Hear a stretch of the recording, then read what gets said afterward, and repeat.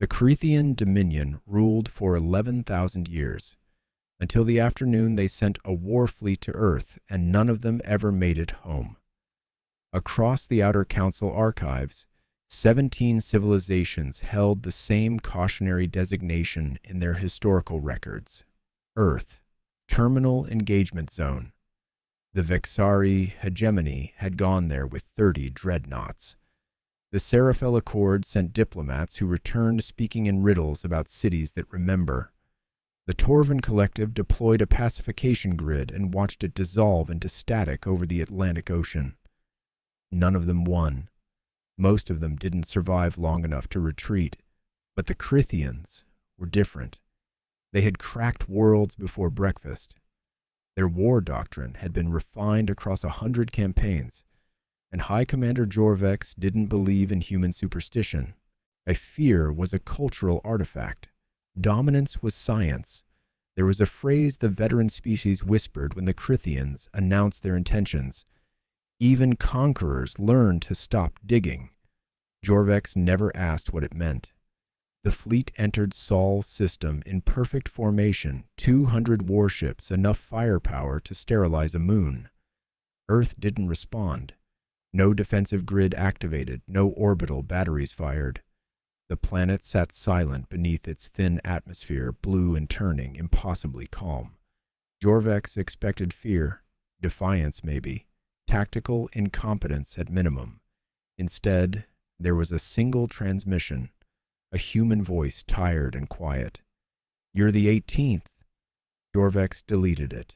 The invasion began at dawn over what humans called Europe. Drop battalions hit the surface. Armor columns rolled through abandoned villages. The Corians advanced through cities that looked lived in but stood empty. Coffee still warm on tables, trains waiting at platforms, children's toys in silent playgrounds. No resistance, no civilians, no bodies, just absence. Then, at the center of a place called Berlin, Jorvex's lead commander found something that made him stop transmitting for 11 minutes. A monument. Carved in 18 languages, including Corian. They all thought they were different, too. The first disappearances happened during the second night. Entire platoons stopped reporting. Sensors registered life signs, then didn't. Command sent drones into the last known positions and found equipment. Rifles stacked neatly, armor pieces arranged in rows, boots still laced. No struggle, no blood, no soldiers. Jorvex ordered a tactical withdrawal to the landing zones, but when the battalions arrived, the ships were gone, not destroyed, not stolen, absent. 200 warships sitting in orbit one moment, and the next, empty space. Scanners showed nothing. No debris field, no energy signatures.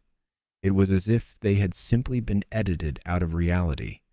That's when the broadcast reached every Corian helmet simultaneously. Not a human voice this time. Humans. Thousands of them. Millions. Voices layered across centuries, speaking in languages that predated the Dominion, reciting names: Persia, Rome, Napoleon, the Third Reich, the Vexari, the Seraphel, the Torvan, you.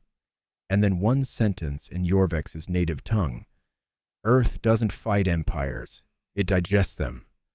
What the Dominion didn't understand, what none of them ever understood, was that Earth was not a planet. It was a process. Humanity had spent 10,000 years perfecting a single talent, breaking conquerors. Not through superior firepower, not through tactical genius, through something older and more patient. Earth absorbed empires the way black holes swallow light. The Corians had been fighting on the surface, but the surface was a distraction. The real battlefield was memory, culture, time itself. Somewhere beneath the empty streets, humanity had been doing what it always did, learning, adapting, waiting. The fleets hadn't vanished. They'd been archived. Every weapon system, every strategic protocol, every command structure, downloaded, reverse engineered, and folded into Earth's growing catalog of how empires die. The soldiers hadn't been killed. They'd been studied, been scanned at a molecular level, and released into a containment network older than Starflight, where Earth kept samples of every force that had ever tried to claim it. Jorvex accessed the Dominion's ancestral files and found a fragment marked Classified, Prehistoric Survey. It was a single line. Recommend species-wide interdiction.